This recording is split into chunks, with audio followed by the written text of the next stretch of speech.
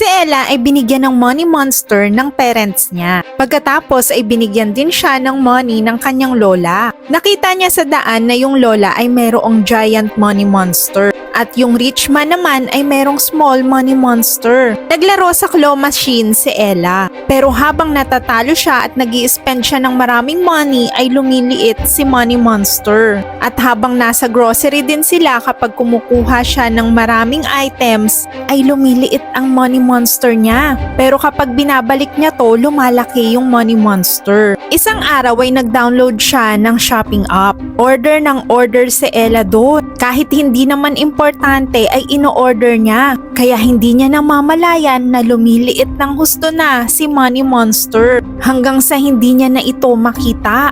Nandun lamang pala ito sa isang sulok at malapit nang mag-disappear dahil sobrang gastos ni Ella.